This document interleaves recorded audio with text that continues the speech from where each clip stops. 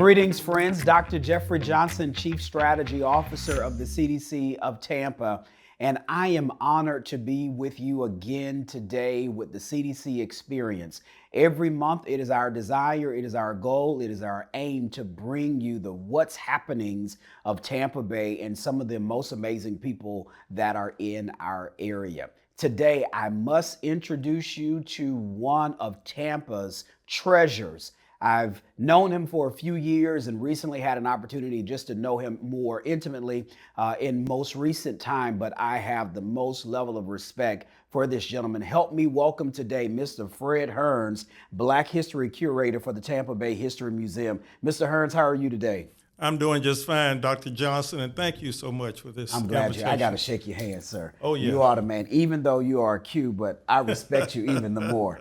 I want to get right into this conversation. We're in Black History Month. A question for you as being the curator of Black History for Tampa Bay History Museum. It is your responsibility to help preserve the history of Tampa Bay, of Tampa, Black history. Do you feel that Black history is under attack? I absolutely believe our history is under attack, but this is nothing new. It's been under attack for many, many years. So that just means that we have to continue to do what we're doing, educate the community, have activities, programs, tours, everything we can do to get the information out there and to answer questions, especially those coming from our young people, about our history. Now, there are people that will watch this podcast that may not live in Tampa. As you've been working for years to help preserve Black excellence and history in the Tampa Bay community, what is Black history to you? Black history is a lived experience. It really is. In fact, we're making Black history right now with this podcast. Yes, sir. So it's ongoing. It's not something necessarily that has to be looked at as something that happened hundreds of years ago. People who may not remember the lived experience of racism, prejudice, discrimination, and Jim Crow. Those of us who in my age group, we lived that history. And so we have a responsibility to share those experiences as well as the things that we know happened even before we were born. I enjoy talking to young people about the lived experiences right here in Tampa. And many of them just can't believe. You mean you went along with sitting in the back of the bus? They think it's so far removed. Yes. But it's not that far away. No, not at all. Yeah. You mean we had black schools and white schools? They can't understand it. Yes, we did. But we had excellent schools. That's what we did with the situation that we grew up in, where there were really two Tampas, one black and one white. But we made the most of the opportunities that we had, and look at us today. You know, there's a new movie on Netflix, and I'm not for sure if you had a chance to watch it, with Tyler Perry, Joe's Road Trip. Mm-hmm. And Tyler Perry plays this character, Joe, that he's played in many of the Madea movies. Mm-hmm. And his grandson, BJ, graduated 4.0, has a full ride scholarship to go to a university. And so they're going to venture from Atlanta to California on a road trip to get to this college for a tour. And Joe is going to take him to give him really a lesson in Black history. So he takes him to so many different places. He took him to the Lorraine Hotel in Memphis where Dr. King was shot, and he took him to Money, Mississippi, where Emmett Till was lynched and murdered. So there's so many different places. And I watched that movie with my sons just to talk about history. I know you have a lot in your head based on what you've seen, what you've experienced. What has been your most traumatic experience about Black history, something that has happened right here in Tampa? Oh my God, there are so many things. I know it is. But I just talked recently about something that happened in 1898 when the Buffalo Soldiers, some 3,000 Buffalo soldiers, were camped here in Tampa, preparing to leave for Cuba in the Spanish-American War. And these were men who were trained soldiers. They had weapons.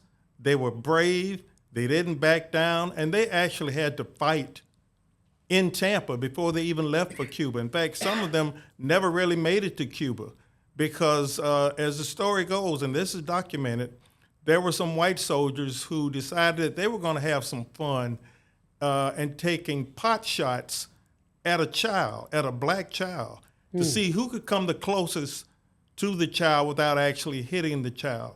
When word got to these black men, these Buffalo soldiers, and this happened in Ybor City, they went to the site where this was taking place, and they stood up and said, "This is not going to happen. You're going to have to face us. Let's see you stand up and take shots at us." So these black soldiers and these white soldiers had this violent clash. You could say that was the first black and white riot. You can call it that if you want here. And it happened in Tampa in 1898. Some of these men, black and white, actually were wounded, had to go to the hospital for treatment, never even made it to Cuba because they stood up against the racism that was taking place here in Tampa, Florida, 1898. Wow. Very few people really know that story, Doctor. I didn't know that either. Thank you for yes. sharing that. And I'm just going to ask you one more thing, and if I'm wrong, please correct me. That some years ago, there were some riots that happened on Central Avenue. Could you tell us about that, please? Yes, 19-year-old Martin Chambers and some of his friends were running away from a burglary. Now, we don't even know if Martin was even involved in that because he never had his day in court. He lived in Central Park Village. He was running back to Central Park Village. He was shot in the back by a 23-year-old white police officer at that time. In the back, running away. In the back, exactly. There were a lot of people who saw what happened. And this happened on a Sunday. When the sun went down, fires were set on Central Avenue. 4 buildings were destroyed in these fires. A lot of businesses, most of them owned by black people, were destroyed. Many of them never reopened. It was a tragedy, not only because Martin Chambers lost his life. There was a sergeant with the sheriff's office who had a heart attack and died at the scene of where this took place. And then Central Avenue was never the same after that. This was sort of the beginning of the end of Central Avenue. So this happened in June of 1967. I was also 19 years old at that time. We don't have enough time to talk about all of this. Do you mind if we come back and I bring you back for another podcast? Because Yes. I really want to finish this. And what I want to do is I want to get some young men in the room, some young men, maybe a couple of young guys and young ladies, and I want them to ask you some questions. I want them, their eyes and their ears to be open about what our ancestors have done for them to be able to walk through the doors they're walking through today with the opportunities that they've had. Last question, you're working at the History Museum. What's your goal? What do you want to accomplish by being the curator of Black history for the History Museum?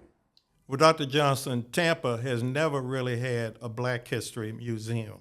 We had an African American art museum many years ago under Dr. Ike Tribble, a man who was really a man before his time here in Tampa. But I'm looking forward to helping to open Tampa's first Black History Museum. It's going to open in 2027. We don't have a date yet, but I'd love to come back and share some information with you and talk about how we can really have a tangible facility where we can tell our history and share these stories with generations to come. Friends, you've been listening to a living legend that's right here in Tampa. He is a walking book of knowledge of Black history in Tampa, not only just in Tampa, but Black history in general. So we want to treasure Mr. Hearns and sit at his feet and learn as much as we can. Mr. Hearns, could you tell our audience how they can learn more about you and the Tampa Bay History Center? Absolutely. The Tampa Bay History Center is open 7 days a week, 10 a.m. to 5 p.m., 801 Water Street. We're on the Riverwalk, which, by the way, has 9 people represented in the 30 bronze bus all along the Riverwalk. 9 of those people of the 30 are Black. And the Tampa Bay History Center is involved in a wonderful partnership with the Tampa Housing Authority. The Housing Authority, they actually own the building, 1213 North Central Avenue, which in 2027 is going to become Tampa's Black History Museum. Amazing. Friends, you heard it here first. I don't know if it was first, but I'm thinking it's first. Mr. Hearns is giving this information about what's going to happen in 2027. This is Dr. Jeffrey Johnson, Chief Strategy Officer of the CDC of Tampa, and you've been listening to the CDC Experience. Thank you for experiencing Black history with us. Have a great day.